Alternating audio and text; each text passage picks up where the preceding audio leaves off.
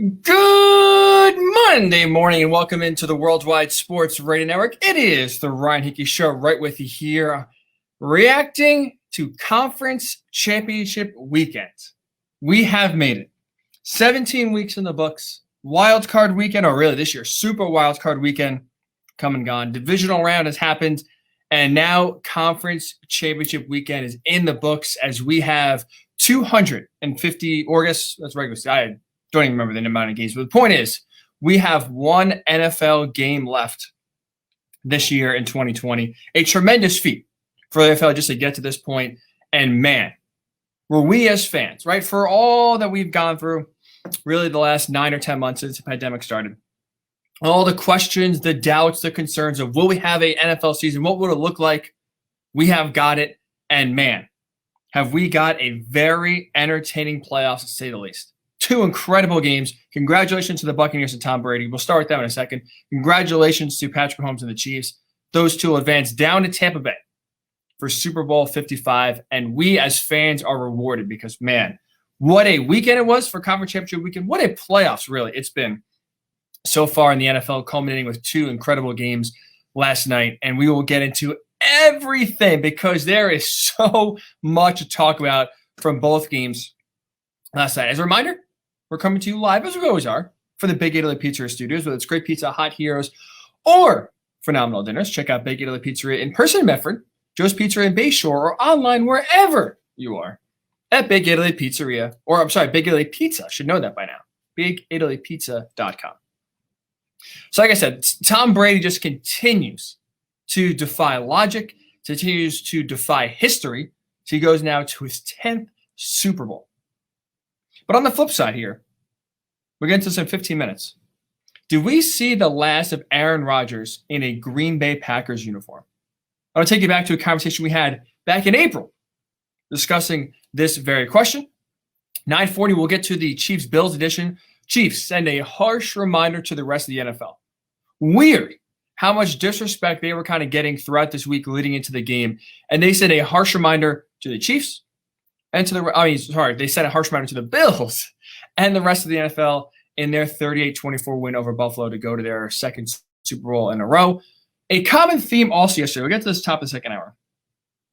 I don't get it. The conservative coaching that continues to plague the NFL, continues to plague teams, reared its ugly head, not just in one game, not for one team.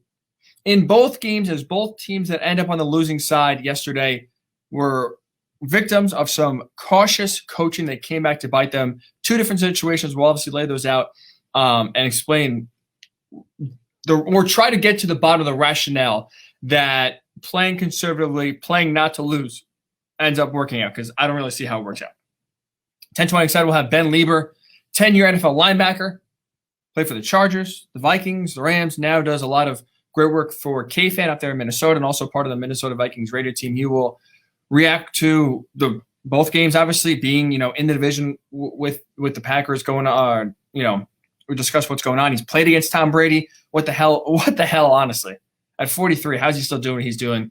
And then we'll finish off the show with Matthew Stafford. Is he the missing piece for a few Super Bowl teams? Comes out that he and the Lions mutually agreed that they will not run it back in 2021. Matthew Stafford will be on a different team. We'll discuss where he could end up.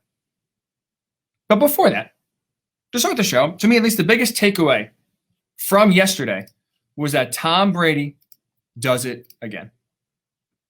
Tom Brady, at 43 years old, is able now, with the win yesterday, the 31-26 victory over Green Bay in Lambeau Field, did something I never thought was going to happen, which was go into Lambeau and win. And so now he's going to his 10th Super Bowl of his career. It's laughable. You can't even say it with a straight face because that is just honestly unbelievable.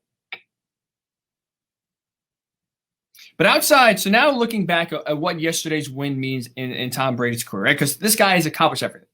6 Super Bowl championships, 10 appearances, countless awards. He is by far the greatest quarterback to ever play the game, probably the greatest player to ever play the game of football. That's not even a question. So where does this win rank for a guy that's done it all, essentially? Right? Fair to say? Most Super Bowls of anyone, most Super Bowl appearances of anyone.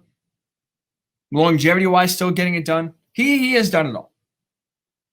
But in my mind, outside of the 28-3 comeback back in Super Bowl 51, right, that incredible in the Super Bowl over the Falcons comeback to get their 5th Super Bowl championship, no other win in my mind is as impressive as yesterday's win. 5 Super Bowl victories. Even the AFC title game in 2018, where no one believed that the Patriots were able to go into Kansas City and beat the MVP and Patrick Mahomes, beat the upstart Chiefs. They did it. A ton of impressive victories, a ton of impressive accomplishments for Tom Brady throughout his illustrious career. But with that said, outside again of the 28-3 comeback in Super Bowl 51, because I don't think anything will top that, every other win in Tom Brady's career pales in comparison to yesterday. Because despite Tom Brady not playing a great game, there was so much going against Tom Brady. There was so much going against the Tampa Bay Buccaneers that should have prevented them from being the first team in NFL history to host their own Super Bowl. They should not have gotten to this point because there's a lot working against them. They overcame that, and now again we're able to make history. What are some of those factors that were holding back Tom Brady? Well, let's discuss. Age. I think age definitely is being one of them. Age is a massive factor that you have to contribute here. He is 43 years old. No quarterback at 43 should be having this much success as Tom Brady's having. No player in the NFL, let alone in sports, should be having this much success at their age that Tom Brady's having right now. Let's just look recently, right? Because obviously training, the rules changing, right? Like the NFL now, especially the quarterback position, is geared to where you can play the game and be successful for longer. You're not getting hit as much. You're not getting hit as hard. The training, year-round, 24/7, watching your nutrition, always kind of working out. Your body, and really in this day and age, you can last longer than ever. With that said, look at the guys around Tom Brady right now that have flamed out, that have struggled at their age, haven't even reached Tom Brady's age. And he's still going. Drew Brees, right? We just saw it last week. Although yesterday or last week was a culmination, really for the last 2.5 years, since really the month of December back in 2018, Drew Brees has been regressing. He hasn't fallen off a cliff. His play hasn't just gone from 100 to 0. He slowly has been regressing. The ball down the field has gotten less. It's gotten less accurate. He's being less deadly. And eventually now the field is starting to shrink on Drew Brees. And we saw that last week. Again, deal with injuries, fair. But at the same time, that is Drew Brees' game. The dink and dunk down the field offense. And the Buccaneers just punched the Saints in the face. And now it got to the point where Drew Brees, 2 years younger than Tom Brady, probably have to hang it up. No way he's going to come back. Peyton Manning. Go like a few years ago, Peyton Manning. When they won Super Bowl 50, now look, he ended obviously on a high note. But man, getting to that Super Bowl was hard to watch. He limped towards the finish, to say the least. In the regular season, 2015, Peyton Manning's last year, he threw 9 touchdowns to 17 interceptions. 9 touchdowns to 17 interceptions at age 39. Now, again, he was helped by an historically good defense. So despite Peyton Manning, leaving on a high note, winning the Super Bowl, he limped towards the finish, to say the least. Father Time has always won in these situations, but for whatever reason, maybe it's the water, the TB12 method, avocado ice cream, not eating, not eating tomatoes, I think, or strawberries. Whatever the funky routine he has somehow is fending off Father Time, and it's working. Because again, not only at 43 is he advancing to the Super Bowl, but he is part of the reason why they're doing so. The Buccaneers aren't winning in spite of Tom Brady, like the Broncos were, back in 2015 when Peyton Manning won the Super Bowl. Now, look, Tom Brady didn't have a good game yesterday. That's fair.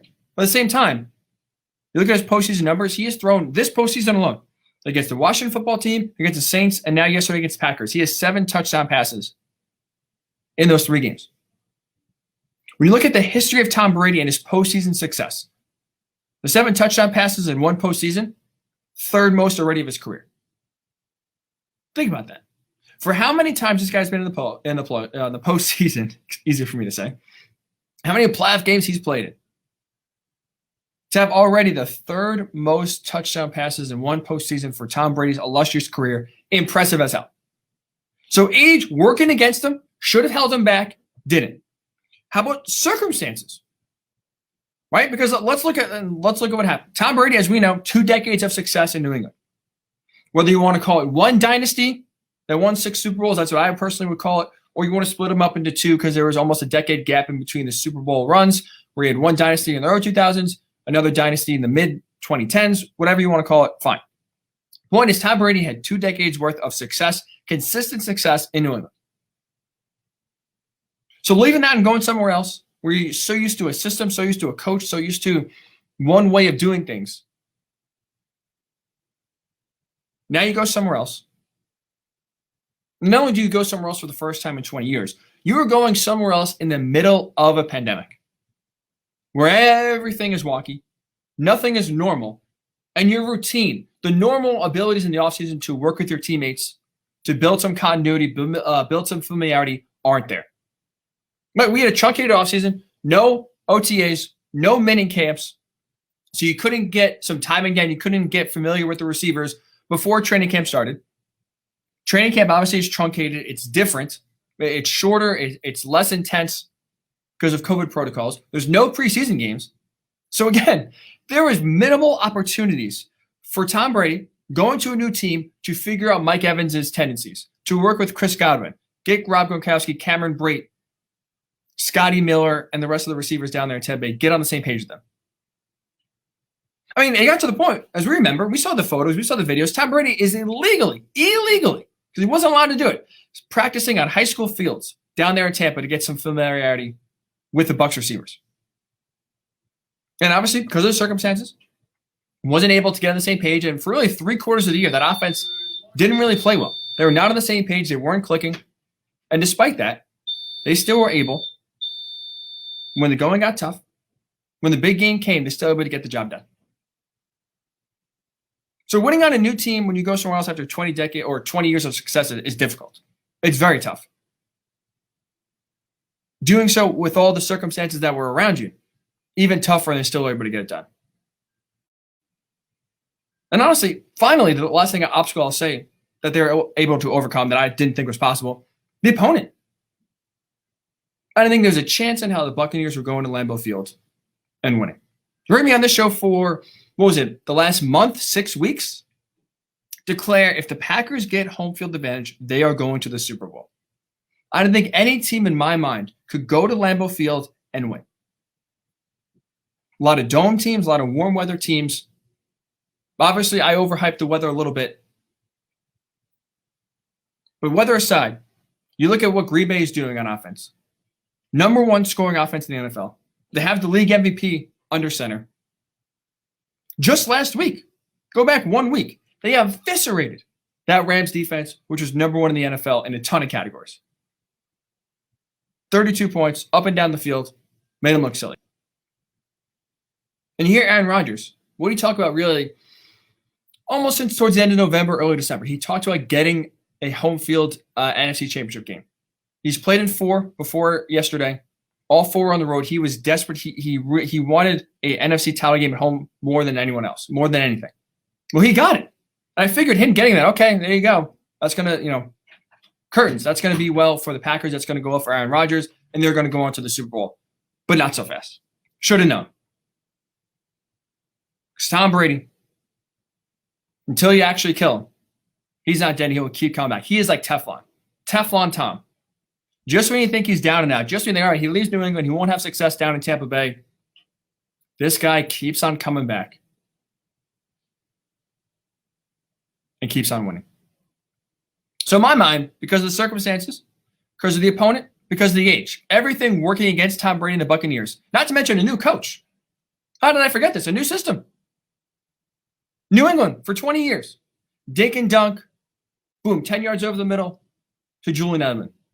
10 yards over the middle to Rob Gronkowski. Let me dump it off 2 yards behind the line of scrimmage to James White and have him run the ball. A dink and dunk, death by 1,000 paper cuts kind of offense for New England And now Tom Brady at 43 goes to Tampa Bay, where they are the complete antithesis of that philosophy and offense. Aggressiveness, push the ball down the field. We're going to chuck it 50 times. We're going to chuck it deep, and we're just going to try to burn the defenses.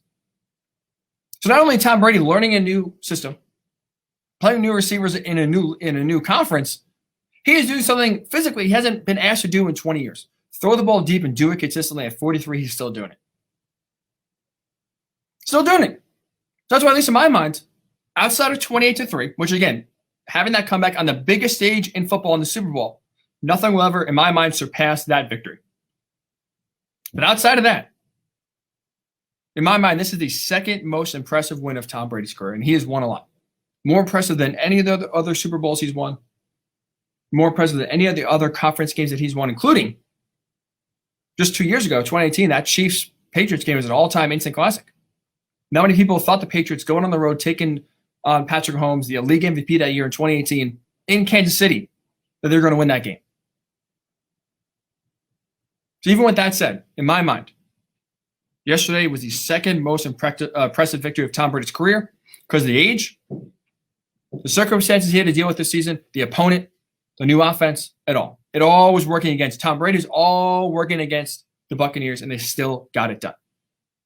So I'm curious your thoughts. You want to comment on the show? Facebook, Worldwide Sports Radio Network. Twitter, WWSRN_radio. At Ryan Hickey Show, also on Twitter if you want to tweet us directly. Where does this win rank in terms of the history of Tom Brady's career and the history of his success? In my mind, second most impressive victory of his career. Where'd you rank it? So comment on Facebook, Worldwide Sports Radio Network. Comment on Twitter, WWSRN_radio. Tweet me directly at Ryan Hickey Show. You can comment on the live stream on Periscope. We get your thoughts. When we come back, we'll stick with that game. So I want to go and focus on the flip side here. Did we see the last of Aaron Rodgers in a Green Bay Packers uniform? He had a very telling quote after the game. We'll play that and describe why, at least I think, yesterday was the finale for Rodgers in Green Bay. We'll do that when the Ryan Hickey Show returns right here on the Worldwide Sports Radio Network. You're listening to the Worldwide Sports Radio Network. Welcome back to the Ryan Hickey Show, right here on the Worldwide Sports Radio.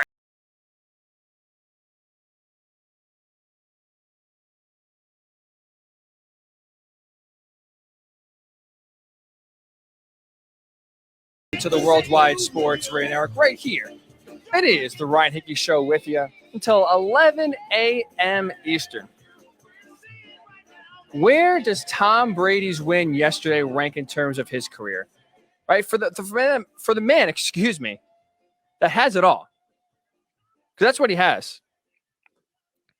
10 Super Bowl appearances now.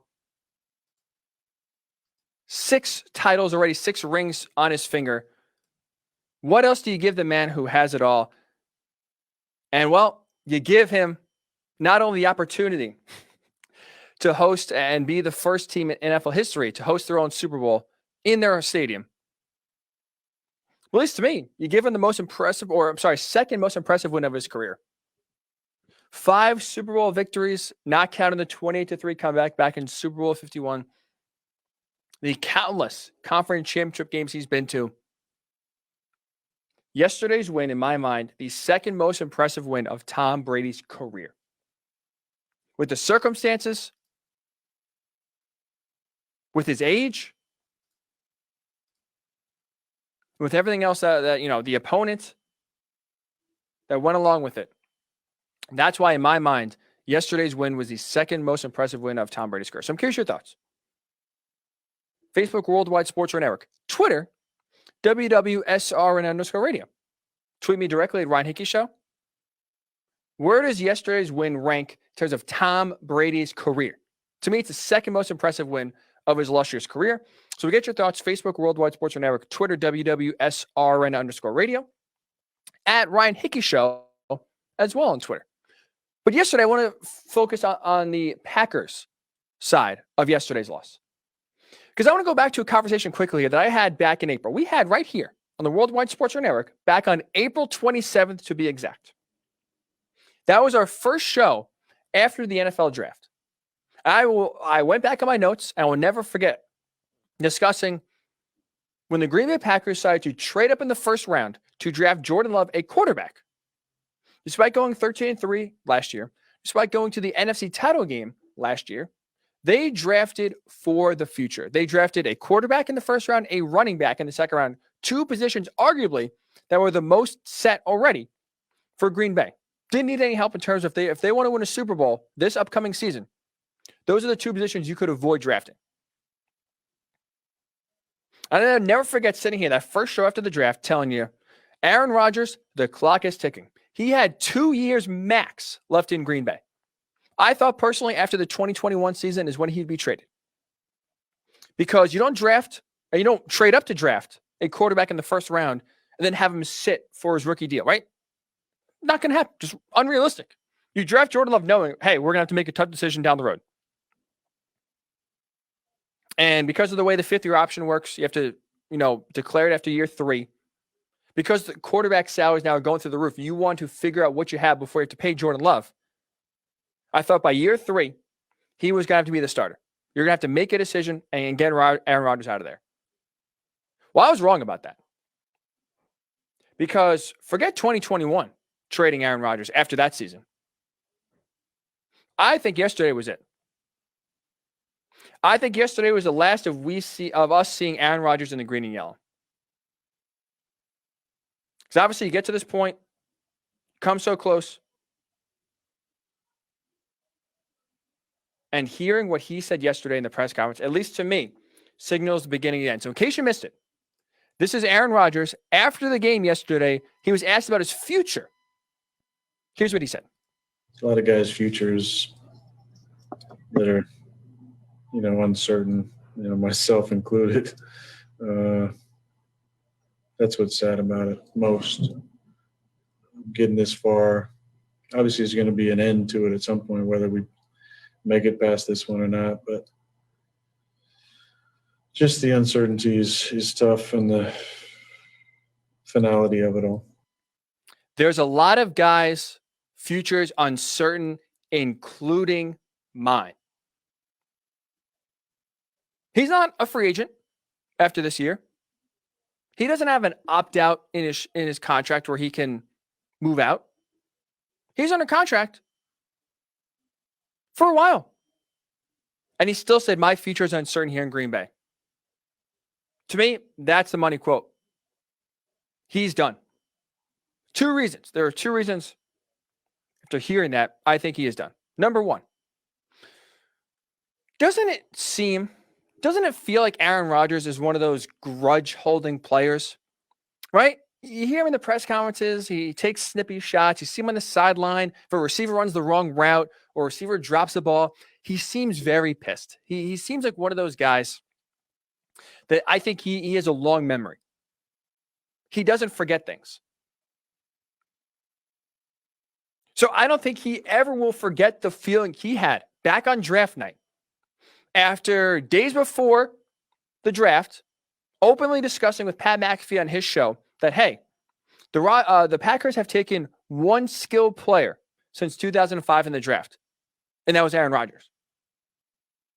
They've never drafted a first-round receiver, running back, or tight end since Aaron Rodgers has been there. Because that would be pretty cool to get a receiver in the first round with a stacked and loaded wide receiver draft last year.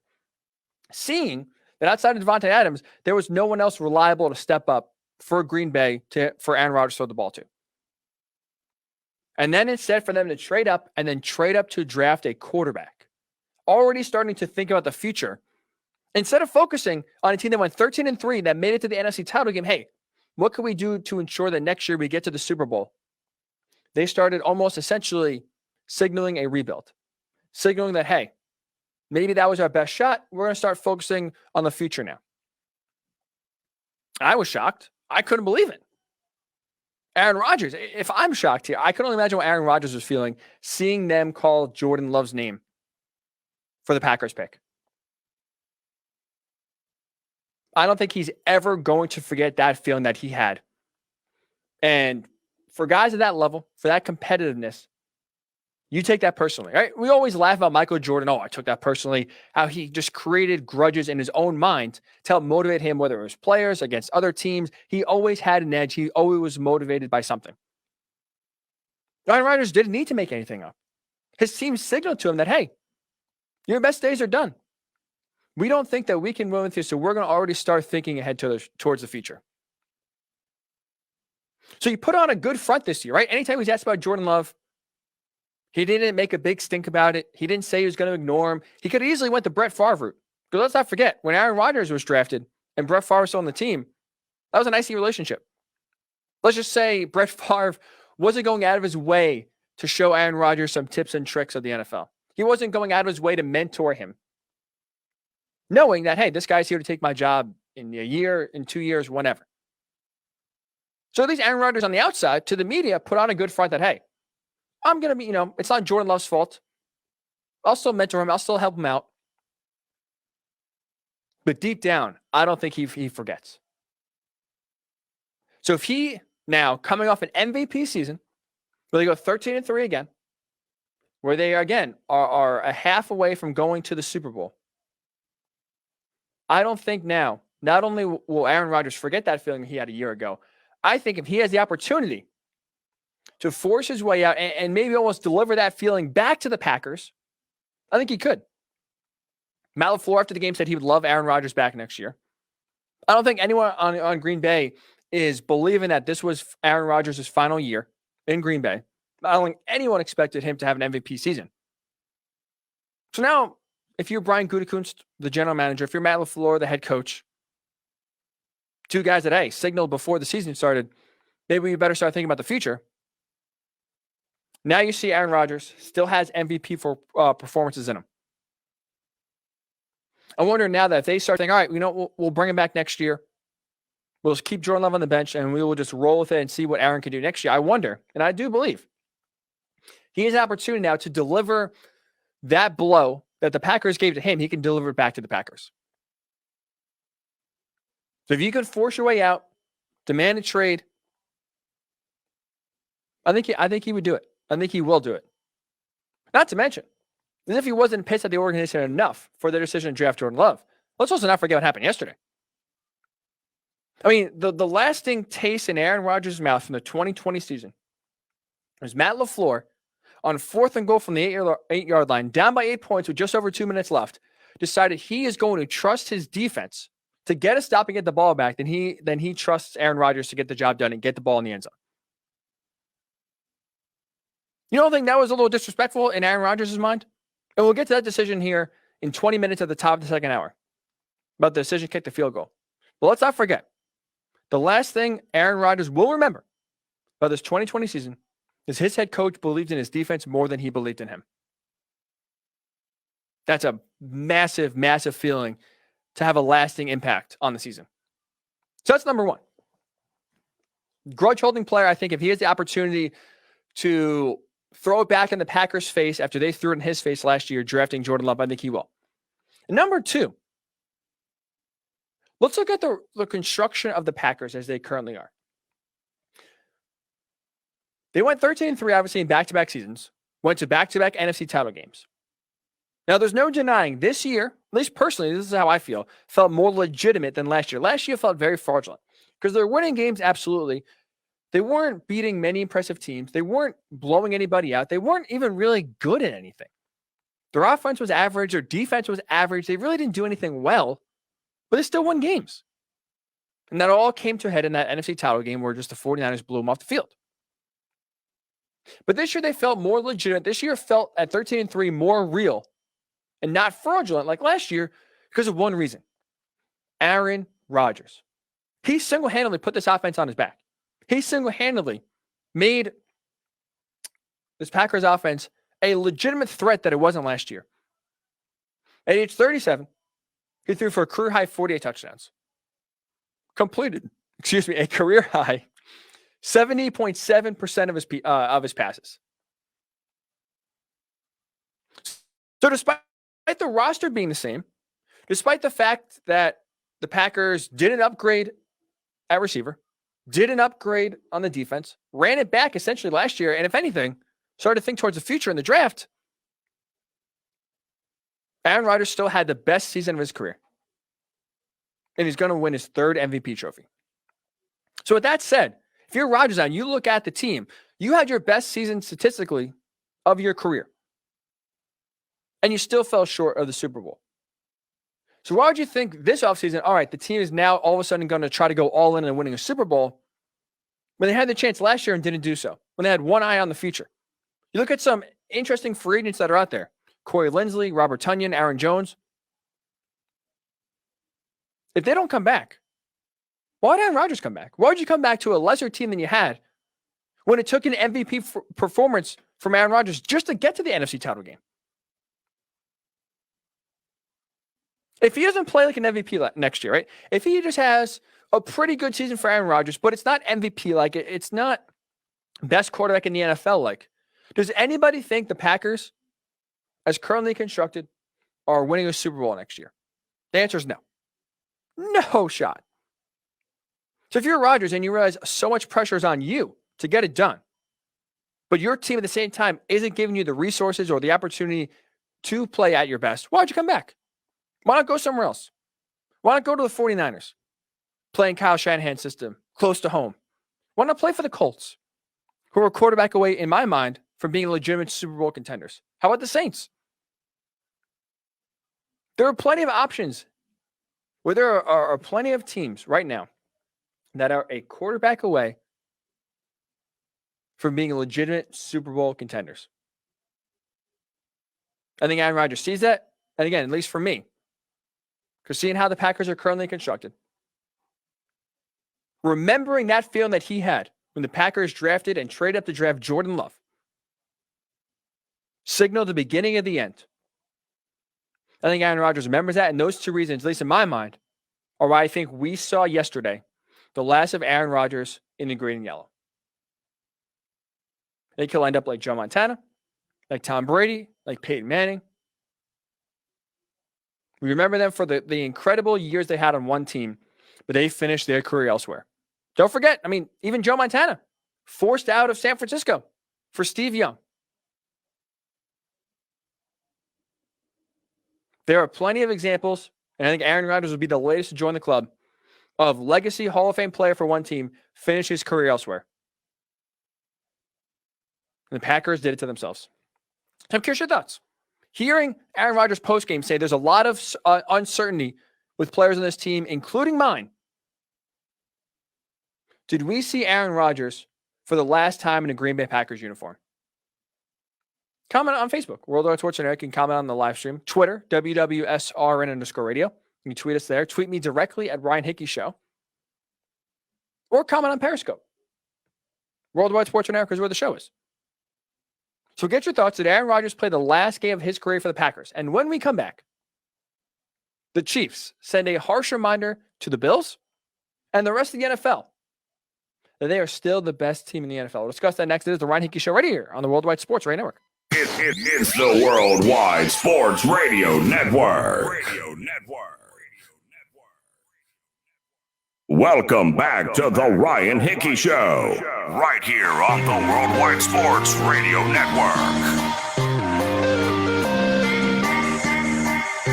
And welcome back into the Worldwide Sports Radio Network, the Ryan Hickey Show with you here until 11 a.m. Eastern. Hopefully, if you're watching the stream, whether it's on Facebook at Worldwide Sports Radio Network, on Twitter, the live stream originates on WWSRN_radio. Or if you followed it on my Twitter, because I retweet it every show, at Ryan Hickey Show, hopefully you are enjoying the new graphics that we got. My guy, Aaron Marks, I'm here all the time on the Worldwide Sports Network. His incredibly talented producer, Speedy Pete, was able to get this new streaming service. And now you see we have some graphics on there. Ask some questions. You can see a scrolling ticker on the bottom. Hopefully you enjoy that. Hopefully you noticed it, and hopefully it's making your experience on watching at least the Ryan Hickey Show on here, but all the shows on the Worldwide Sports Network more enjoyable. And you can get more of the Worldwide Sports Network content wherever you are, 24/7. Downloading the app, WWSRN on iOS or Worldwide Sports Network on Android. You can like us on Facebook, Worldwide Sports Network. Follow us on Twitter, WWSRN_radio. Follow us on Twitch, same thing, Worldwide Sports Network. and YouTube, Worldwide Sports Radio Network. That way, every single show that goes live, and we have tons of incredible shows every single day and night and the weekend for you. Every single article that's written to the website, every piece of news that's put out there, you can get it all in one place. You won't miss it. So again, the app is a perfect spot for you. WWSR on iOS, Worldwide Sports Network on Android, Twitch Worldwide Sports Network, YouTube Worldwide Sports Network, Facebook Worldwide Sports Network, Twitter WWSRN_radio. So we're talking NFC title game for the most part to start here. Tom Brady, in my mind, with the second most impressive win of his career. Nothing will top 28-3 to the Falcons back in Super Bowl 51. But outside of that, in my mind at least, nothing will top what what Tom Brady has been able to do at 43 with the circumstances of going to a new team in a pandemic, not able to get familiarity and continuity with his team, going to a new offense where for 20 years he was dinking and dunking and now he's throwing the ball over the top. And going against the Packers with the number one rated offense in the NFL, who all Aaron Rodgers wanted was a home NFC title game. He got it. And Tom Brady still goes in there, breaks Packers' hearts, and now goes to his 10th Super Bowl. So all those factors working against Tom Brady and the Bucs, in my mind, is why this makes yesterday's victory the second most impressive of Tom Brady's career. On the flip side, Aaron Rodgers had a very, very telling press conference after the game yesterday. Said the future of a lot of guys on this team are uncertain, including my own. We'll play that audio for you a little bit later. But he openly questioned whether he will be back on this team next year. He doesn't forget the feeling that he had when the Packers drafted Jordan Love and traded up to do so in the first round last year. Didn't give him much support outside of last year's, you had some holes last year. Didn't address them at all. But now I think at least Aaron Rodgers has the opportunity to where, he's coming off an MVP season. The Packers expect him back next year. I think he has a chance to kind of get back at Green Bay, if you will. Have them feel hurt the way he felt hurt last year. I think we did see Aaron Rodgers for the final time in a Packers uniform yesterday.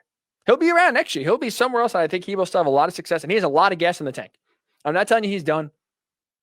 I just think Aaron Rodgers still has another Super Bowl in him. But I think it's going to happen somewhere else. So if you have thoughts on any of those, Facebook, you can comment on the live stream, Worldwide Sports Network. Tweet us at Twitter, WWSRN_radio. Tweet me directly at Ryan Hickey Show. Or comment on the live stream on Periscope, which is Worldwide Sports Network. So get your thoughts before we get out of here in an hour and 20 minutes or so at 11 a.m. Eastern. But I want to transition to the AFC title game. Chiefs to defeat the Bills 38-24.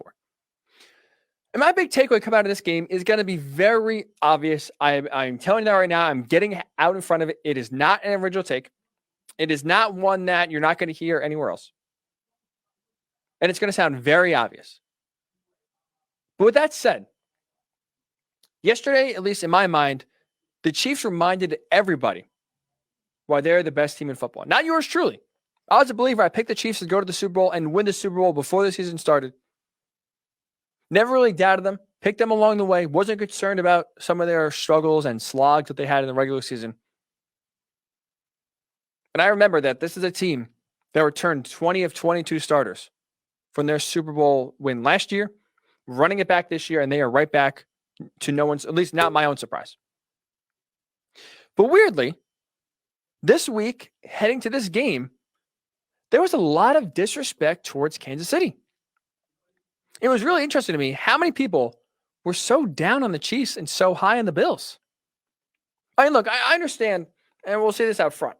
I understand that, sure, maybe Kansas City didn't give you the dominant performance that you've expected down the stretch, right? Their last 8 wins in the regular season. Their last 8 wins total, including last week's victory over the Browns. And their last 7 victories in the regular season were by 1 possession or less. Now, they won those games, right? They were 14-1 when the starters played in the regular season. But their last 8 wins came by 1 possession or less. So that turned some people off. Bills were America's darling, right, heading into this game. A ton of love was going their way. And it got to the point, it got so extreme that ESPN, now I don't know the analyst that created this graphic. Wasn't able to see that, but I saw on Twitter yesterday an ESPN graphic that was doing a tail of the tape. Bills versus Chiefs. Head coach, who has the advantage? Defense, who has the advantage? Number one receiver has the advantage, and quarterback, who has the advantage?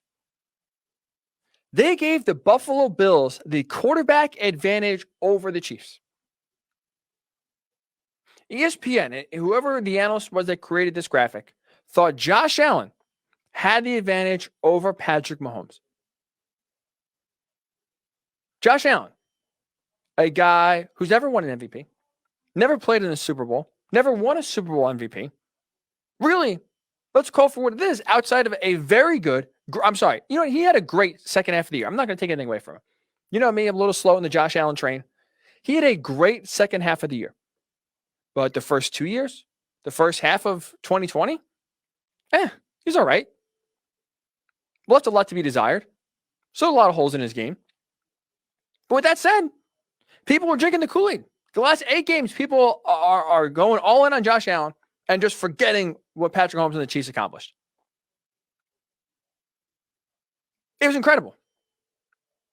And look, players can give a coach speak all the time. Right? Oh, we don't listen to that outside noise. We listen to the media. We had belief in the locker room. We knew. But to me, this quote post-game of Tyreek Hill is interviewed on Westwood One after the game. This is what Tyreek Hill said after that win going to the Super Bowl. Quote, I feel like a bunch of our guys looked at Twitter and we felt like people underestimated us.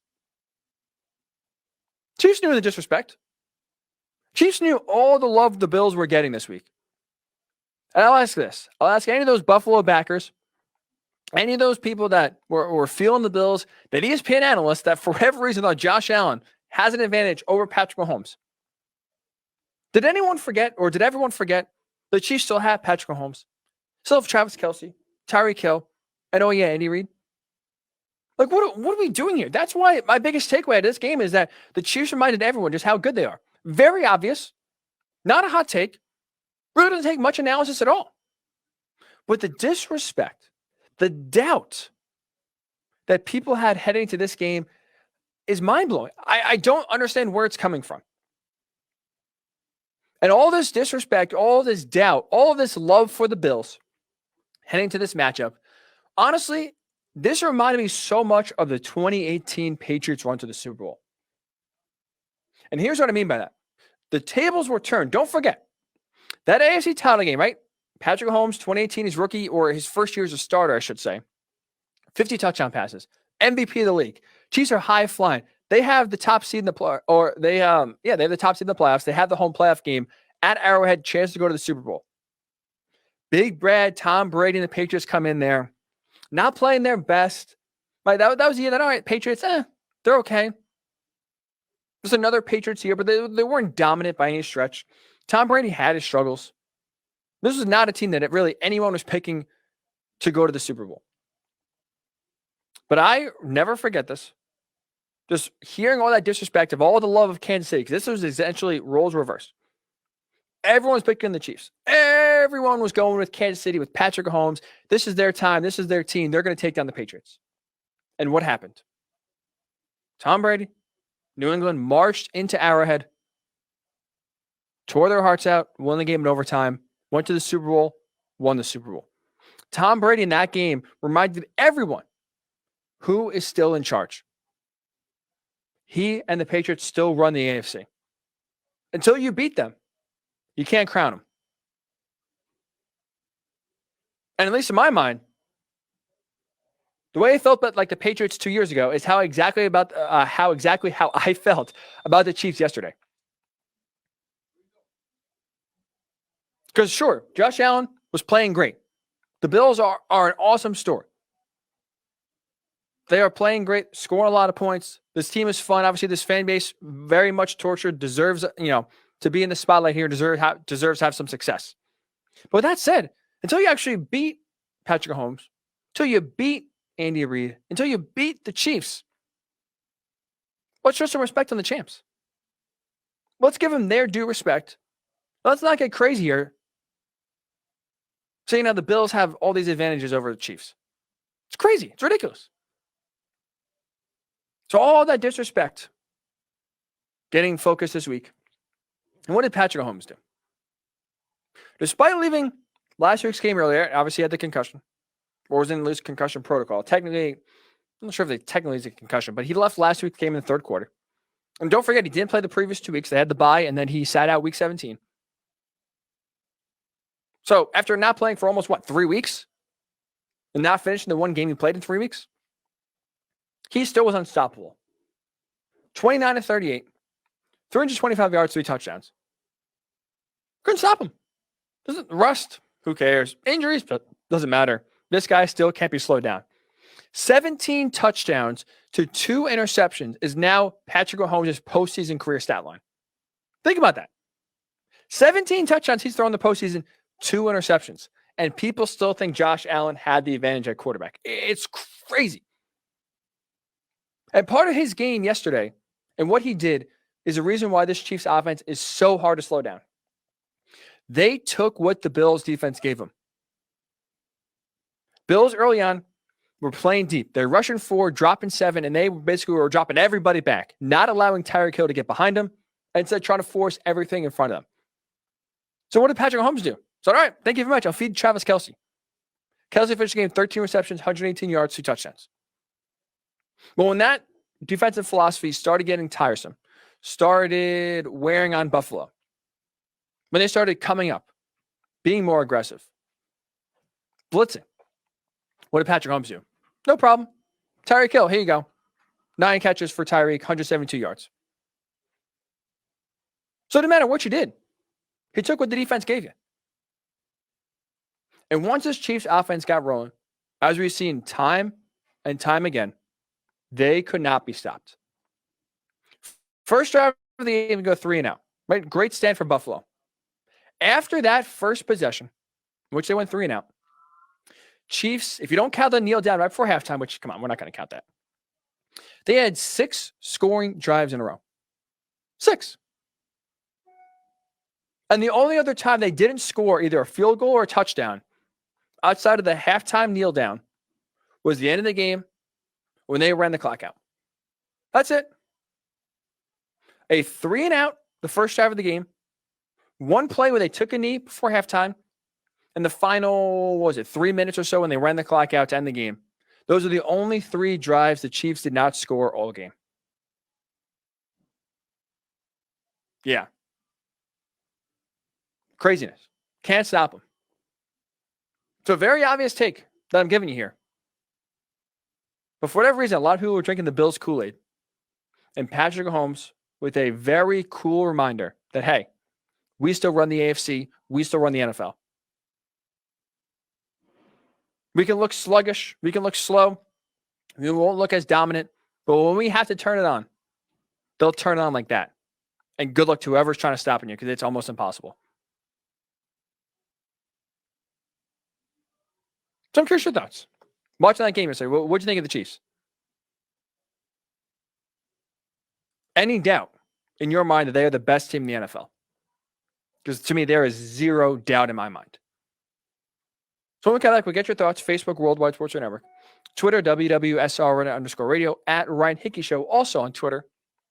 And when we return, a common theme for both losing head coaches yesterday. Sean McDermott of the Bills, Matt LaFleur of the Packers. Cautious coaching. Why the decision to kick field goals ultimately was a major reason why they are sitting on the couch right now, not playing in the Super Bowl. We'll discuss that next. It is the Ryan Hickey Show right here on the Worldwide Sports Radio Network. You're listening to the Worldwide Sports Radio Network. It's the Worldwide Sports Radio Network. Welcome back to the Ryan Hickey Show, right here on the Worldwide Sports Radio Network.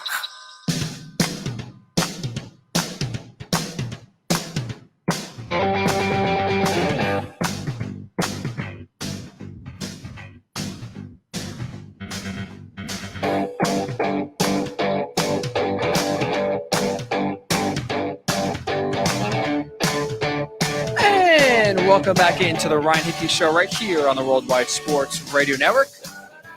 10 a.m. Eastern, 1 hour to go here as we are with you until 11 a.m. Eastern, coming to you live as we always are every single show, every single hour.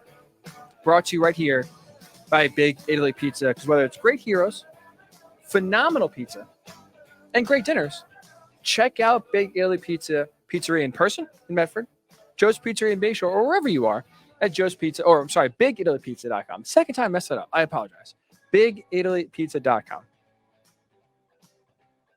Talking a lot about Tom Brady. Where does this win rank in terms of his illustrious career? Guys won every single game, it feels like, under the sun. And still is able to continue to impress week in and week out. In my mind, we discussed this in hour one to start the show. The most impressive win of Tom Brady's career, or second most impressive win of Tom Brady's career, was yesterday. 28-3 comeback in the Super Bowl over the Falcons, to me, is number one. Nothing will ever supplant that. But when you talk about after that, what is the second most impressive win of Tom Brady's career? It's not the Seahawks Super Bowl. It's not either Adam Vinatieri walk-off field goal Super Bowls against the Rams or the Panthers. Even not the 2018 AFC title game, which everyone doubted and didn't believe in the Patriots. Everyone was riding the Chiefs that game. And Tom Brady went into Arrowhead, tore the heart out of Chiefs fans, and then won the Super Bowl against the Rams that year. But for his age, at 43, for the circumstances, going to a new team in a pandemic, truncated training camp, no preseason games, different offense that Bruce Arians runs, aggressiveness, something that is different than what Tom Brady had with Josh McDaniels in New England for 2 decades. The opponent, with how great the Packers are playing at home, that all to me adds up to this being the second most impressive win of Tom Brady's career. And on the flip side, in Green Bay, as we know, they fall short. Aaron Rodgers now 1-4 in championship games.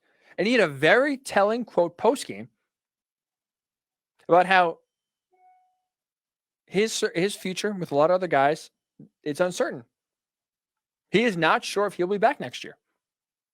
To me, that is the nail in the coffin. I think this is Aaron Rodgers' final game in Green Bay.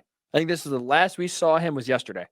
He still remembers that burning feeling he had when they drafted and traded up to draft Jordan Love. Didn't do anything to help fortify the offense, improve the run game on the defensive end.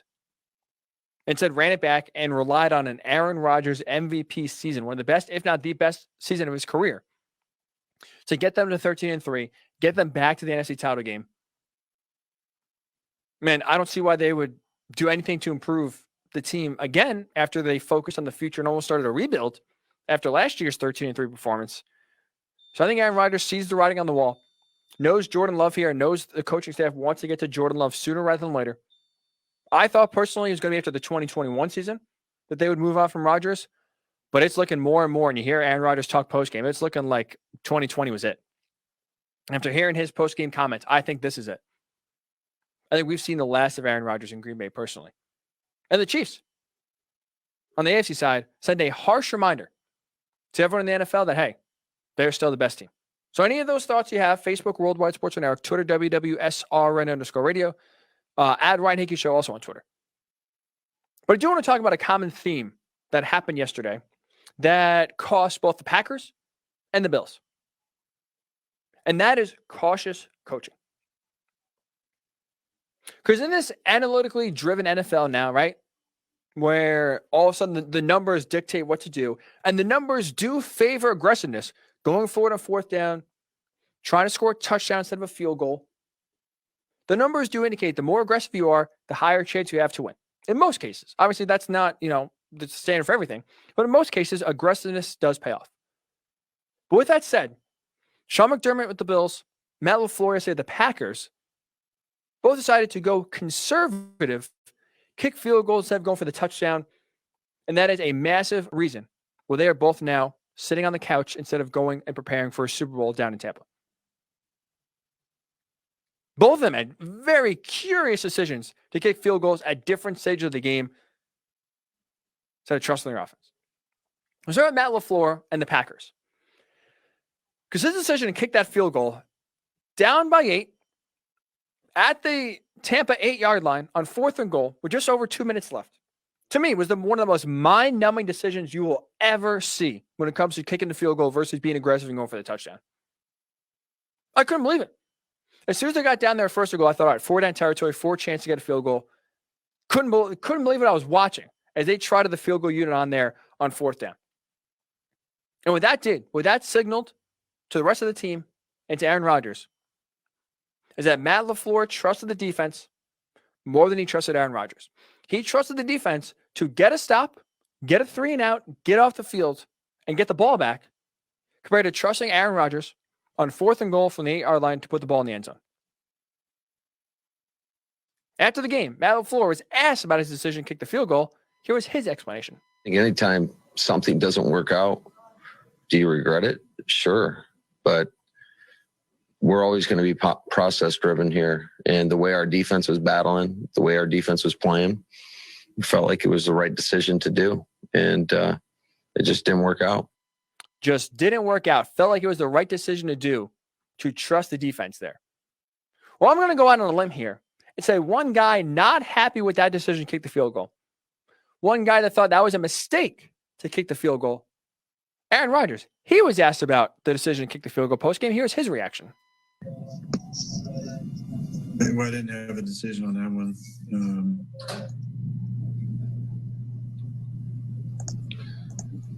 Yeah, that wasn't my decision. But I understand the thinking above 2 minutes with all of our timeouts. But yeah, that wasn't my decision. Wasn't his decision to kick the field goal. Obviously did not agree with it at all. And shock, I think, just like we all were. I've seen the field goal unit trot on there on 4th down instead of giving Aaron Rodgers, the league MVP, by the way, a chance to win the game, or at least tie the game, I should say, and trust them to get the job done. So honestly, I'll ask Matt LaFleur, in what world, honestly, in what line of thinking are you not going to trust the guy that got you to this point? Because let's call for what it is. We just talked about this before. The Packers, 13-3 back-to-back years. Last year they were eviscerated. Didn't get a wide receiver to help them out. Didn't do anything to show up the run defense. And they went 13-3 again this year. Why was that? Because Aaron Rodgers had one of the best years of his career.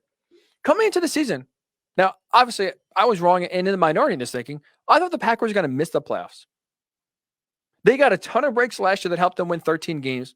Didn't do anything to address it, and instead started thinking about for the future. Started almost rebuilding on the fly, trying to get Jordan Love ready and acclimated to take over this team in a year, 2 years, 3 years, whenever they decided.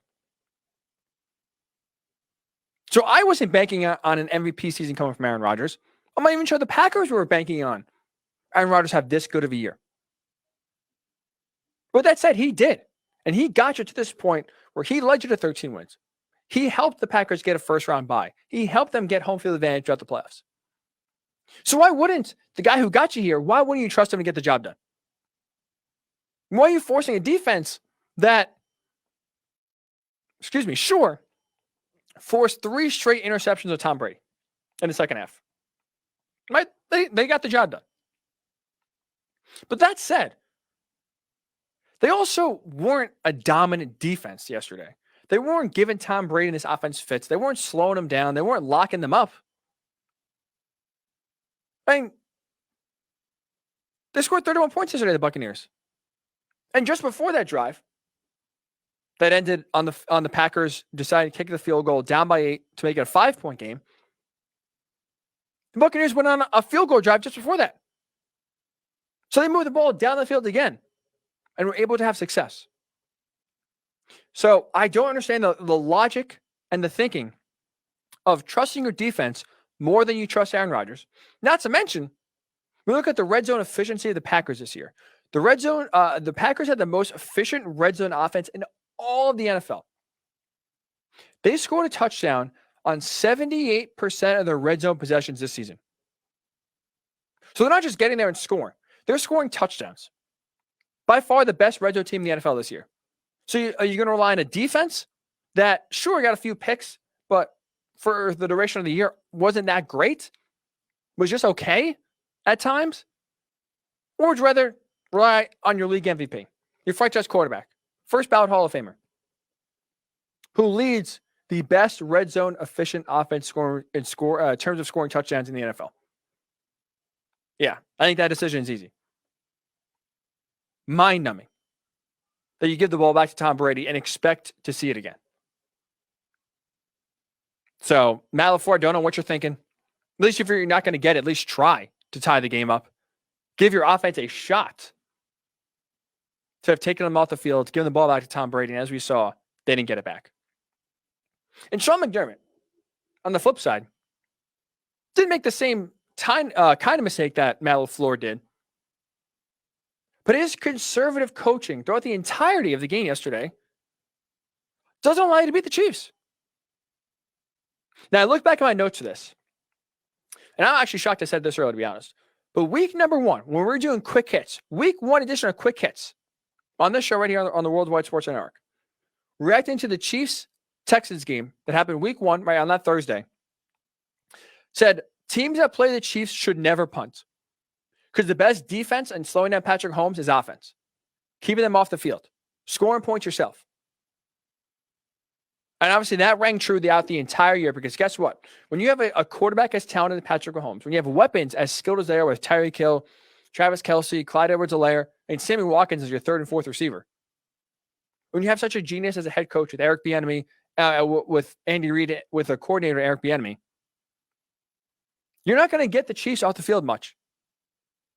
So this requires playing them a different game plan than you normally would have. You have to be extra aggressive, and that's how you beat the Chiefs.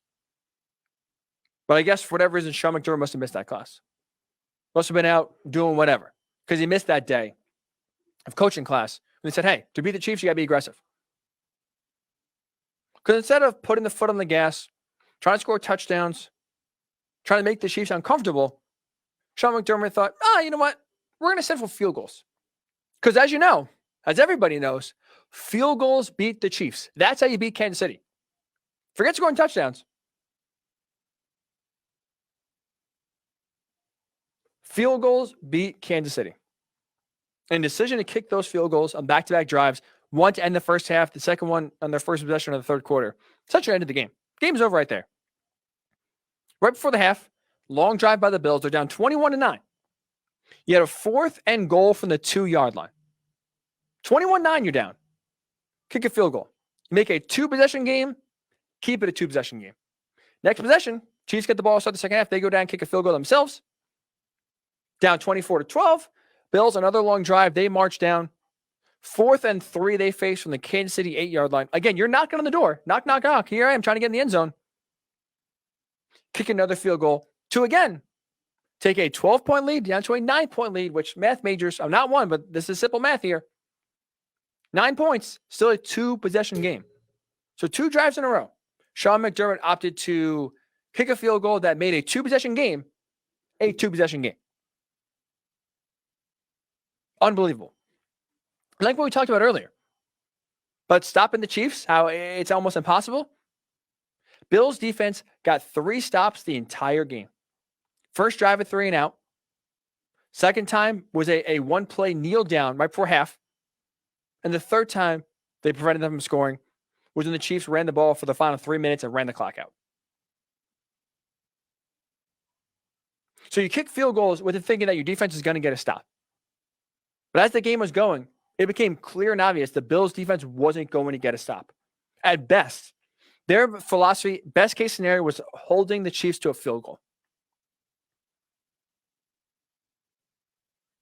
And Sean McDermott, for whatever reason, still trusted that the defense could get the job done. And that is a losing strategy. Relying on your defense to get a stop against this team is a losing strategy. Because sure, it might happen, but it's not going to happen often. And that's not how you win the game. Raiders beat the Chiefs in their only loss this year, 35-31, when the starters played at least. They scored 35 points. You got to score points. 24 is not going to cut it. So you got to be more aggressive. The conservative coaching from Sean McDermott with the Bills, with Matt LaFleur and the Packers, major reason as both of these teams are heading home with a loss. Being more aggressive is the way to do it. The numbers bear it out. I mean, I'll finish with this point because it honestly sometimes feels like we're not even watching the same league with what the Chiefs do and with what other teams do. Let's go back 1 week. Just last Sunday. Andy Reid and the Chiefs facing a 4th down and 1 in their own territory, up by 5 points with Chad Henne at quarterback. What do? They didn't punt the ball. They went for it. 4th and 1, you get stopped. The Browns had the ball with plenty of time left in Chiefs territory, down by 5, where a touchdown wins the game. And he went for it on 4th down with Chad Henne and got the job done. He trusted Chad Henne in that spot to win the game. Whereas Matt LaFleur won't even trust Aaron Rodgers to get it done, and Sean McDermott won't trust Josh Allen to get it done. Like, what are we doing here? What games are we watching? One coach is trusting Chad Henne to win the game and get it done. Other coaches are afraid to utilize Aaron Rodgers and Josh Allen. Insanity. Pure insanity. That's why Andy Reid, again, it's not just a town of Patrick Mahomes and Tyreek Hill and Travis Kelce. It's the game planning of Andy Reid and Eric Bieniemy, and their aggressiveness, coupled with the skill that they have, is the reason why they're so successful. Patrick Mahomes is not just running on the field, throwing the ball all over the place. Andy Reid is putting him in position to succeed, being aggressive in doing so, know what he has, and trusting his guys. So we will discuss these decisions to kick field goals. From a defensive player, how the hell do you stop the Chiefs offense? And someone who played against Tom Brady, what is it like playing against Tom Brady a decade ago and still watching him continue to win and win and win? Ben Leber, 10-year NFL veteran, linebacker for the Vikings, the Chargers, the Rams. He will join us, answer those questions and more. Next, it is the Ryan Hickey Show right here on the Worldwide Sports Radio Network. You're listening to the Worldwide Sports Radio Network. Welcome back to the Ryan Hickey Show, right here on the Worldwide Sports Radio Network.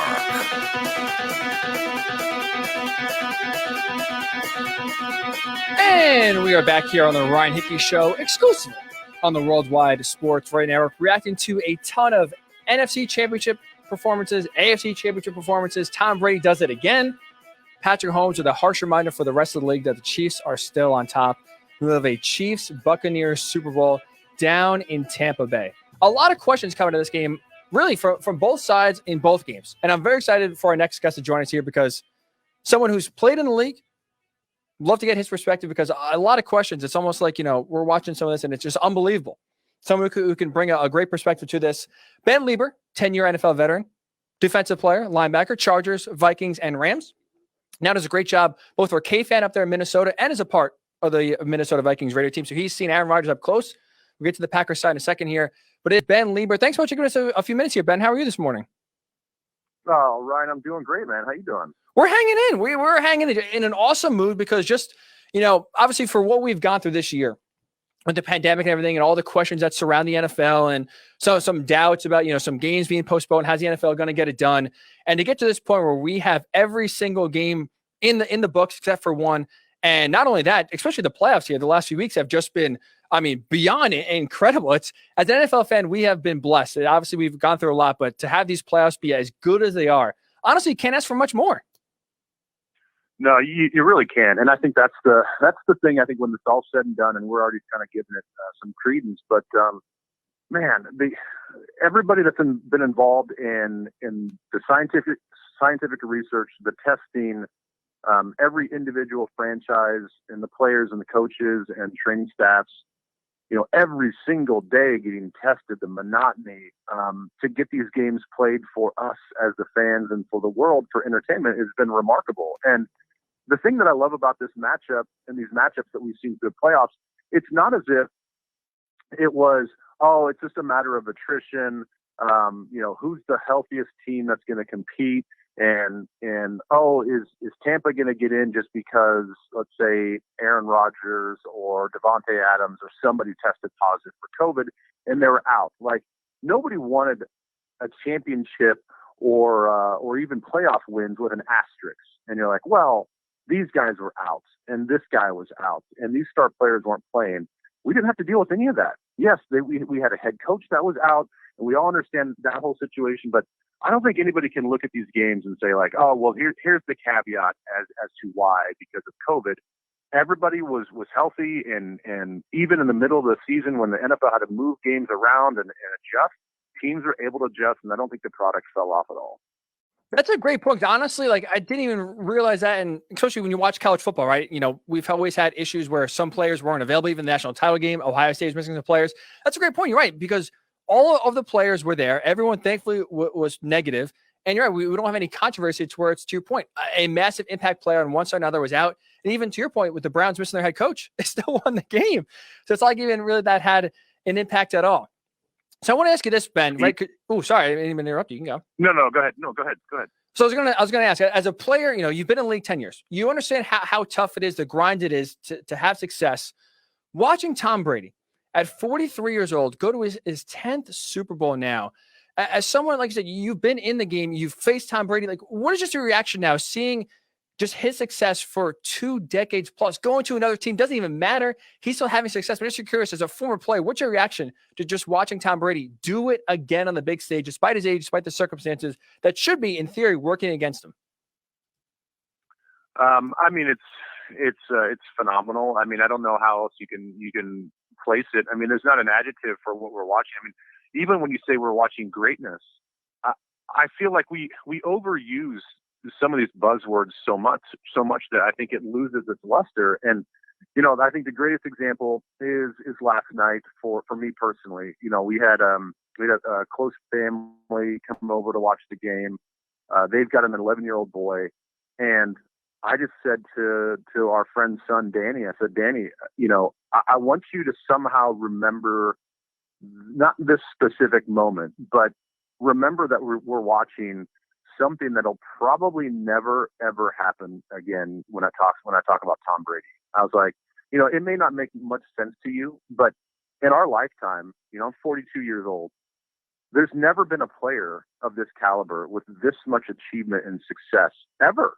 And I'm like, it might be another 42 years before this ever happens again. And maybe Patrick Mahomes is the guy. And maybe I'm speaking out of turn and Mahomes is, we truly kind of pass the baton off to him and he's going to win all these Super Bowls and have all these great accolades and stuff. Maybe that's the case, but we don't know that at this point. And so I was kind of saying to Danny, like, this is historic. And I hope that you just kind of like soak it in for what it is and not just kind of watch the screen and just kind of like, benignly just kind of watch the football game. Like, understand you're watching history. This is one of the greatest sports figures of all time across all sports. And I mean, that's the best way I can kind of sum up how great he's played. I mean, that first half was unbelievable. Those third down throws. I mean, come on, man. Like, he's 43 years old and he handled that pressure, I guess, in the way that we thought he should handle that pressure. But every one of those throws looked like a 27-year-old in his prime. It defies logic. And I don't want to be a prisoner of the moment here, Ben, but I'm just curious, at least watching that game and seeing Tom Brady now go again to another Super Bowl at his success at his age, because of all the factors working against, right? With COVID and having a weird offseason, or a truncated training camp, no preseason games, not much time to work with his new receivers, and even in a new system where he's used to dinking and dunking for 20 years in New England. Now he's throwing the ball down the field to Bruce Arians and throwing the ball down the field a lot. With all those factors considered, is this, not to, again, be a prisoner of the moment, but is this one of the greatest Super Bowl runs or run just of the Super Bowl we've ever seen? It could be. I mean, there was a time, every Super Bowl champion, and we have yet to see if Tampa Bay is going to win the championship, but every champion has a point in the season where I think there's a little bit of self-doubt. Nobody really, obviously, you go back to the undefeated Dolphins and even the Patriots at one point in time were undefeated, but they got beat. But there's always like a moment or a couple games where you're like, ooh, I don't know, man, this could be the end. And I think we saw that with Tampa in the middle of the season where they just weren't playing great. They were out of sync offensively. Tom actually looked tired. He didn't look like he had the same fire to him. And I think everybody was just kind of waiting for this moment. Like, he can't possibly do this for 16 weeks and will this team into a Super Bowl or a chance at the Super Bowl. And here we are. And I think that's the beauty of all these storylines is there is an ebb and a flow to it. There's a cycle to it. There is some self-doubt. And even for the Chiefs, I mean, everybody's been saying, well, can the defense match their offense? And come on, they're going to run into a defense at some point in time that's going to stop this creativity, that's going to handle their weapons. And And it really, at this point in time, they really haven't. And I think their defense has kind of answered a lot of the criticism. We're talking with Ben Leber, 10-year NFL veteran. Find Ben on Twitter at Nacho Leber. Nacho Leber, love that Twitter handle. So I'm curious, Ben, you mentioned before. So you have played against Tom Brady 4 times in your career, which I believe, I'm not mistaken, the last time coming was a decade ago back in 2010. When you're watching him now versus when you were playing against him, this might be a stupid question, but is it fair to ask, is he better now at 43 than he was maybe even when you played against him last at, I guess, what was 33, give or take? I don't know if he's better.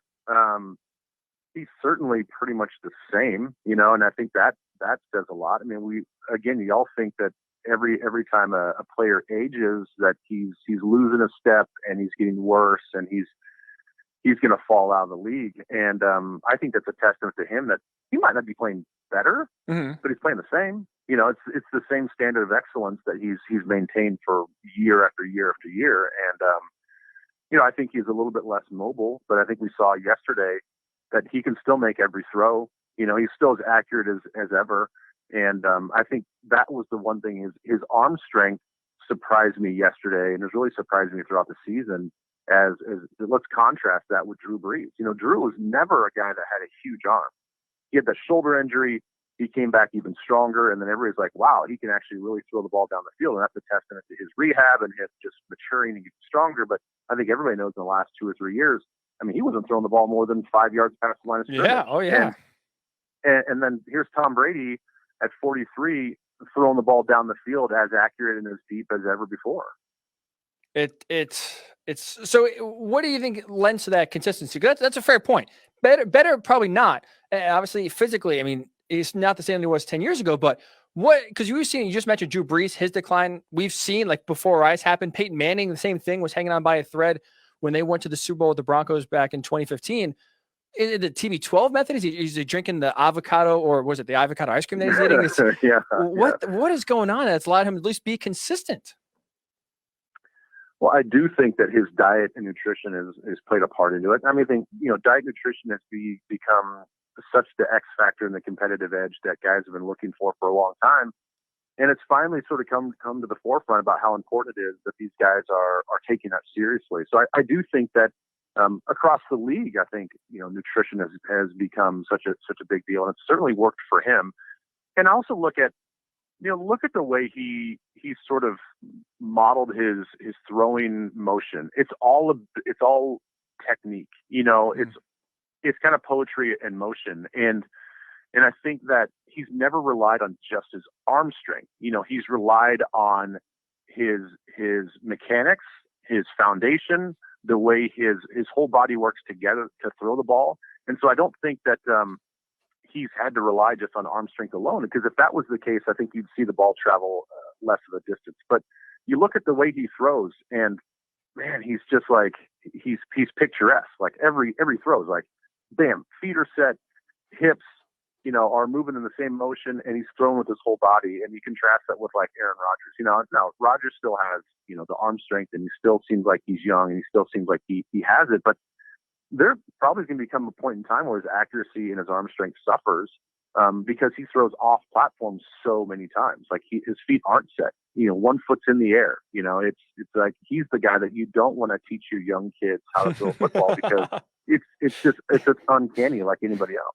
You're right. And the arm talent he has is second to none, honestly, in the NFL when you watch it. So I want to stick with that. Aaron Rodgers, we're talking to Ben Leber, 10-year NFL veteran, does a great job with the Vikings radio team now. So Ben, a guy you got to see up close and personal the last few years, right? Working with the Vikings now and Aaron Rodgers. So this year, Aaron Rodgers, MVP season. I don't know about you. I really didn't see this kind of year coming from him. 6 interceptions with those 48 touchdowns, but 3 of those interceptions he's thrown this year coming at the Bucs, 1 yesterday and 2 in the first matchup. What did Tampa's defense do that really no other defense in the NFL could really do this year? Well, they played physical, and they took away his timing, and it matched up with their pass rush. I mean, I really think, yes, Tom Brady was phenomenal in the first half, but he gave the ball away 3 times in the second half. And for them, off of sudden change, their ability for the Tampa Bay defense to step up and limit any points was, to me, that was the story of the game. It wasn't so much the quarterbacks, it was the defense. And surprise, surprise, as a former defensive player trying to give the defense some credit. But The way that you stop that Packers offense, like anything else, is you have to disrupt those guys at the line of scrimmage. And he even says, Rodgers says himself, that I think a large part of his MVP season is because Matt LaFleur creatively put their offense in better situations where he was throwing to wide open receivers a lot of times. And that comes down to game planning, creativity, feeling the moment, calling the right play against the right defense. But when all of a sudden you find a defense that can do both, they can challenge you guys at the line of scrimmage and disrupt that timing, and get after you on the pass rush with just a 4-man rush. I mean, they were killing those tackles for the Packers, and the lack of having to bring a 5th and 6th blitzer, that to me was the difference, and that's why they stopped that high-powered offense. You're right. The pressure we've seen on Rodgers here, you don't really see it much, even with, obviously David Bakhtiari going out for the postseason, but even last week against the Rams, they really didn't get to Rodgers too much, and he was able to pick apart that defense. One of the best defenses in the NFL that we've seen this year. It was crazy to think. So, Ben, after the game, right, Aaron Rodgers said that ominous quote about, a lot of people's on this team, or a lot of players on this team, their future is uncertain, including his. Do you think this is the last time we saw Aaron Rodgers in a Packers uniform?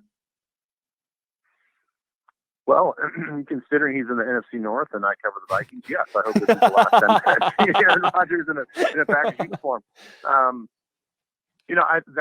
That's going to be a really hard thing to part with. I mean, how do you have a guy that should win the MVP of the NFL? How do you part ways with that guy? Maybe it's a decision that he makes himself. Maybe he pulls a Deshaun Watson and says, "I don't care, I'm out." Like, this is obviously not my team going forward.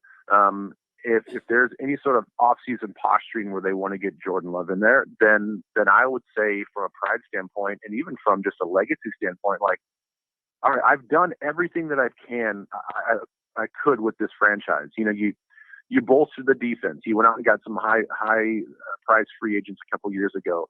You really attacked the secondary as far as building up the part of the roster. So you got the defense that I've been looking for.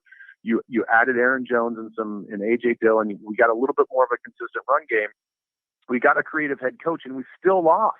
And still didn't get that second championship and the second Super Bowl. So what else can he do there? And if the writing's on the wall that they're going to hand it over to the younger quarterback, he may just say, "Listen, get me out of here. I'm going someplace else. Let me control my own destiny. At least give me that respect." And I wouldn't be mad at him for doing that, because look, the Packers kind of showed exactly how they feel about Rodgers in the future when they drafted Jordan. That's a great point you bring up, Ben, because to your point, right? Like, I personally, we talked about earlier in the show. I think personally that quote to me signals the beginning again. I think this is we already seen his last game in Green Bay, at least as a Packer, because to your point, right? It's like he had an MVP season, and he helped them almost single-handedly take them to this point where they are now, and still fell short. Like, how much more could he do to try to get one more Lombardi trophy in there in Green Bay, especially after we saw last year when they got the 13-3, they started rebuilding almost with an eye towards, the future, with drafting AJ Dillon and drafting Jordan Love. So I'm curious, by covering, at least being in NFC North with the Vikings, covering that team, playing against Aaron Rodgers and covering him after you've retired, is he the kind of guy, does he have a personality where he is almost a grudge holder? Because that's kind of at least what I get on the total outside here, sitting in New York, just kind of listening to how he talks and how he speaks. He kind of seems like someone who won't forget the feeling he had when the Packers drafted Jordan Love last year. And I wonder if he's able to kind of deliver that same blow to the Packers to where he can surprise them and say, "Hey, I want out after this year," if they don't expect it. Oh, is he that kind of guy that would hold a grudge, that would want to do that? To your point, maybe control his own destiny and try to go somewhere else and win another title. Well, he seems like a guy that really values trust. Mm-hmm. And whether that's a grudge holder or not, I feel like if I put myself in his shoes, how much can you really trust this organization to have my back? The one thing that, he's obviously had a lot of input in how they want to build the team. I mean, they built up this offensive line, one of the best in the league. And that's all to protect him and give him time. He's asked for years to have a consistent running game. Okay, they kind of filled those holes. And they're kind of probably where they can play complementary football a lot better. But he's been asking for better wide receivers for how many years? Mm-hmm. And they fail year in and year out to help him out. And I think that that really became a big part of the story yesterday because they didn't have that quick Greg Jennings in the slot that could make a guy miss. They needed a guy like that. Like, they don't need a bunch of bigger physical wide receivers. Sometimes you have to have the complement. Look at Scotty Miller and what he was able to do with Tampa. I mean, you give different options, and he never got those options. And so I do think that maybe not a grudge holder, but I don't know if I can trust these guys. I put everything in this organization. I produce for them. He's become a better teammate. All the media talks about how just a different disposition he was all season long. He was much more appreciative. He was much more respectful. And they still failed to get to the Super Bowl. And so I do think that it's a lack of trust that has been built up. And, whether that's holding a grudge or not, I think he has probably every right to feel like he doesn't have 100% support. Trust is a great word. You're right. The Packers kind of put him in a bad spot last year. And I wonder too, to your point, right, if this offseason is going to be fascinating for a lot of different quarterbacks that are going to hit the market. And him for sure is obviously going to be the number one storyline we'll be focusing on. Nacho Leber, so we can find Ben on Twitter, 10-year NFL linebacker, played for the Chargers, the Vikings, and the Rams. So Ben, two quick questions before we get out of here. You mentioned before talking about the Chiefs, and as a defensive player yourself, is there anything you watching Kansas City where you can say as a defensive player, hey, we could slow them down doing this or doing this? Is there any weakness or way a defense right now could slow down Andy Reid, Patrick Mahomes, Tyreek Hill, Travis Kelce, and this Chiefs offense?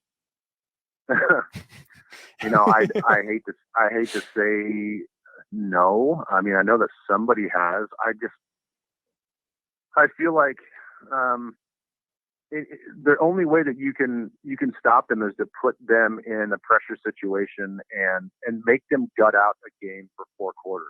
And I know that's a lot easier said than done, but I also think you need to sort of match them touchdown for touchdown. And I think your best defense does become your team's offense. And that's why I think this matchup in the Super Bowl is going to be very intriguing, because we know that Tampa can score some points. And we also know that Tampa has a pretty good defense, especially with Antoine Winfield Jr. going to be most likely healthy and back in the lineup.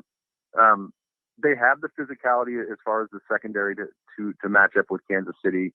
They showed that they can get after the quarterback, which is the 4-man rush. So yeah, they have a lot of the formula to slow down any offense, but what we're watching in Kansas City is kind of unlike we've ever seen. You've got a quarterback that can extend plays, make every throw, even throwing sidearm, 50 yards down the field.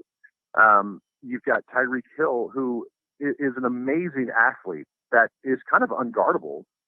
You've got an unguardable tight end. You've got a complementary running game, and you've got the creativity of Andy Reid. And so, I mean, on paper, I don't see how you can really slow them down other than just kind of keeping it close into the 4th quarter and see if they can, if you can hold serve and see if they can make their own mistakes. That's as a defense coordinator, a defensive player, a spot I don't envy when you have to go against, like I said, the genius that is Eric Bieniemy and Andy Reid, and just the talent on the field of that Chiefs offense. It is a tough task to say the least.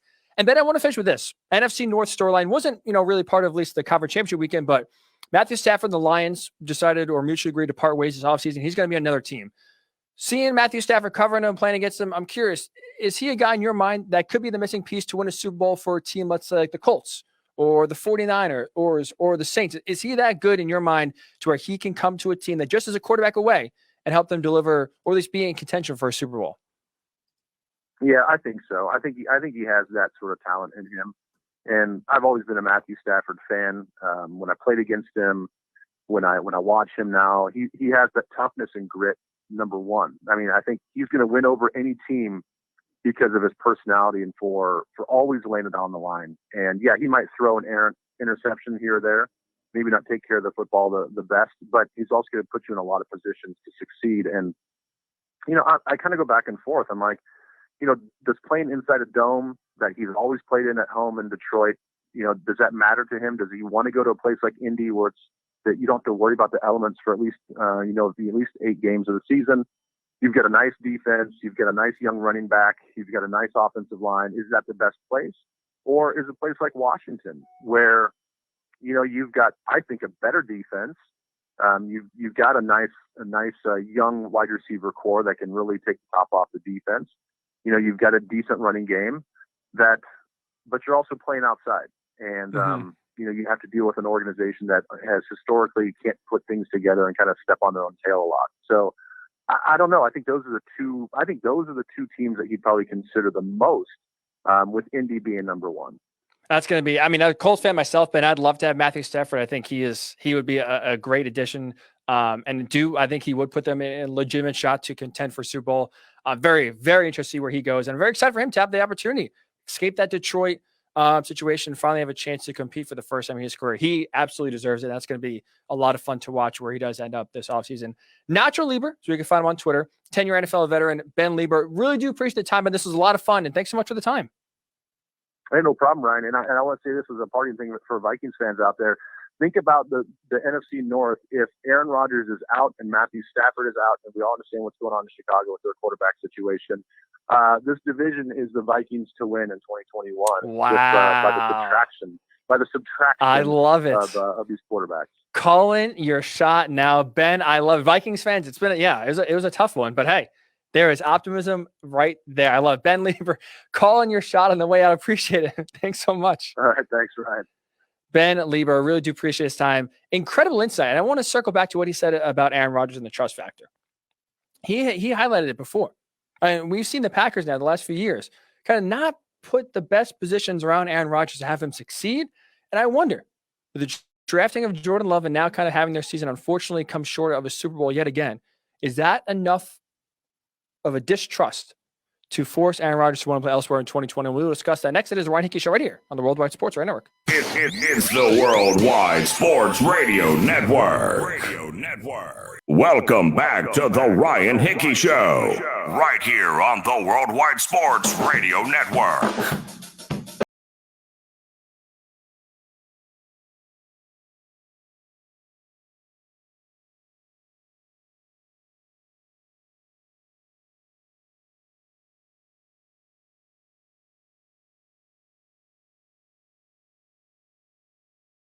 I'm supposed to get to Matthew Stafford. I want to save that for Thursday because I thought Ben's point was very interesting about Matthew Stafford. I personally agree with him.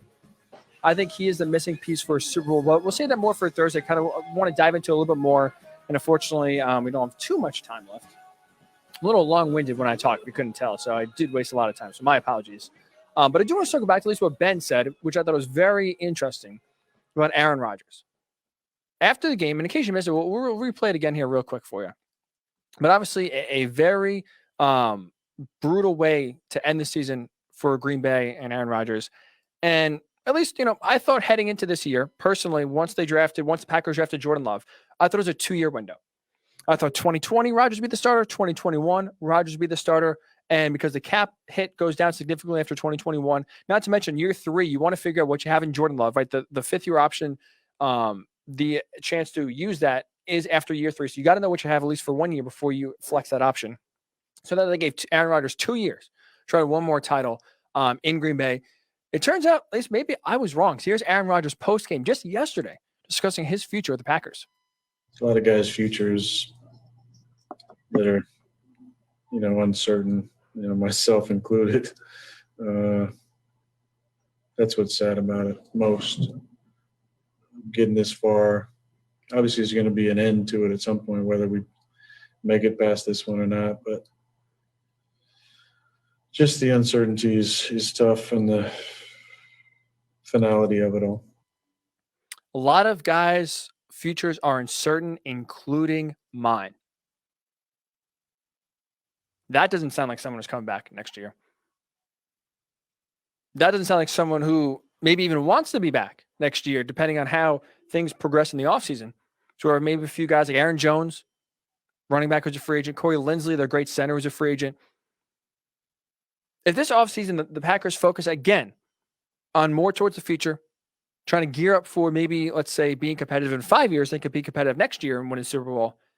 I think that could definitely signal the end of Aaron Rodgers, at least in Green Bay. They could force his way out to go somewhere else to try to win another Super Bowl, like Tom Brady's trying to do in Tampa, like Peyton Manning did in Denver. You're seeing it more and more recently now. Legendary quarterbacks with one team. We've seen them there, and they are now winning and having success with other teams throughout their end of their career. Joe Montana even Kansas City Chiefs. Didn't win a Super Bowl, didn't get to a Super Bowl, but went to an AFC title game. Had some success there in Kansas City. He was forced out for Steve Young. We've seen this story play on and on and on before. I think we're going to see the latest edition of it this offseason. So I think he's done. He's in Green Bay.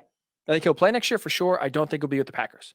An interesting point that Ben Leber brought up, because at least one of my arguments, one of my perspectives was why I thought he was going to leave, is that to me at least he seemed like someone who held grudges, right? He seemed like someone who would remember the feeling of when the Packers drafted Jordan Love. Remember that burning sensation he had to where instead of fortifying an offense with another receiver, instead of maybe trying to solidify the run defense that got shredded by the 49ers last year, kind of, fill in some weaknesses to try to make another run at the Super Bowl, Packers, Matt LaFleur, Brian Gutekunst, their general manager, decided we're going to have one eye on the future. We're going to already start rebuilding and start gearing towards the next wave, the next iteration of the Green Bay Packers with life after Aaron Rodgers. And they drafted Jordan Love. And then drafted a running back in round 2. 2 positions they had solidified already. And so I called it more of a grudge. I loved the way Ben Leber answered that question. He said it was more about trust. Aaron Rodgers is a very trusting player. At least with the way that Green Bay has operated these past few off seasons, they haven't given Rodgers the trust that he should have faith in them that maybe they did in the past. Didn't give him that trust that they will do whatever they possibly can to put the best team around him to try to win a Super Bowl. Because everyone saw it. I mean, you don't have to be, a general manager. You have to be a scout to see what the deficiencies of the Packers were last year. They desperately needed a second wide receiver that could be consistently relied upon. Devontae Adams, to me, this year, best wide receiver in the NFL, by far. But one of the reasons why he was the best wide receiver in my mind was because there wasn't any consistent option behind him. Yeah, so Marquez Valdez-Scantling had a touchdown yesterday. Very nice catch. The issue of the Packers receivers, whether it's Valdez-Scantling, whether it's Equanimeous St. Brown, Allen Lazard, there was no one that could consistently catch the football. I remember tweeting this last week, watching them against the Rams. They scored 32 points and the offense was humming. But they left even points on the field because their receivers consistently dropped a few passes they should have caught. All season long, drops have plagued the Packers wide receiving core because consistency wasn't there. There was a need for a second receiver to be consistent and help this offense get even further than they were this year. And they didn't do it. They didn't address it. They didn't think about it. So if you're Aaron Rodgers, you have an MVP-like season. You play some of the best football. You throw for a career high in terms of touchdowns with 48, a career high in terms of completion percentage with 70.7. You have one of the best years, if not the best year of your career. And you've already won 2 MVPs previously, but still arguably the best year of your career. They get to this point and you fall short again. I mean, Ben Leber, you heard him say it too. How much more can you do if you're Aaron Rodgers to lift this team to another Super Bowl? If they continue to have an eye on the future, continue to shape this team with Jordan Love in mind, how are we going to have this offense look when Jordan Love's under center? Yeah, if you're Aaron Rodgers, the trust is gone. And you're better off, while you're still playing some of your best ball of your career, going elsewhere. Going to the 49ers. Going to the Saints. Going to the Colts. Going to Pittsburgh or Washington. A lot of other situations right now, a lot of other teams are a quarterback away from going to the Super Bowl. Better defenses, better offensive lines, better receiving cores than Green Bay has right now. And it can allow Aaron Rodgers to chase that second ring that he has yet to get. So that's why I personally believe that we've seen the end of Aaron Rodgers in Green Bay. Ben Leber brought up a great point about the lack of trust and how that possibly could be gone between Aaron Rodgers and the organization with the way they've handled free agency and the draft of late. I think that quote, Aaron Rodgers telling you, a lot of guys' futures are uncertain here, including my own. The first hint that the end is near, and we have seen Aaron Rodgers in the Packers uniform for the last time. So that's going to do it for this edition of the Ryan Hickey Show on this Monday. Really appreciate everyone who tuned in. Hopefully we made your Monday a little bit brighter, a little bit more exciting. Appreciate Ben Leber for joining us for a few minutes here. I apologize for waiting this long. I meant to say it earlier and it slipped my mind. But definitely a sad week in terms of sports in the world. Obviously, Larry King passing away earlier this weekend. Hank Aaron passing away late Thursday night, early Friday morning. Sad day. sad time. So I just wanted to give my condolences to the King family, to the Hank Aaron family, two legends in their respective fields that are gone. Been definitely a more frequent obituaries I feel like we've been reading for celebrities of late, but one is at least past my condolences because we weren't able to get on the air before these happened, and I apologize I wish I did it earlier, but definitely forgot until now. So at least wanted to say that before we get out of here. But again, I do appreciate you tuning in on this Monday. Hopefully for the last 2 hours, you made your Monday more enjoyable. We will be with you on Thursday, as you always are, 9 a.m. right here on the Worldwide Sports Radio Network. So stay safe, stay sane. We'll talk to you on Thursday morning right here on the Worldwide Sports Radio Network. It's the Worldwide Sports Radio Network.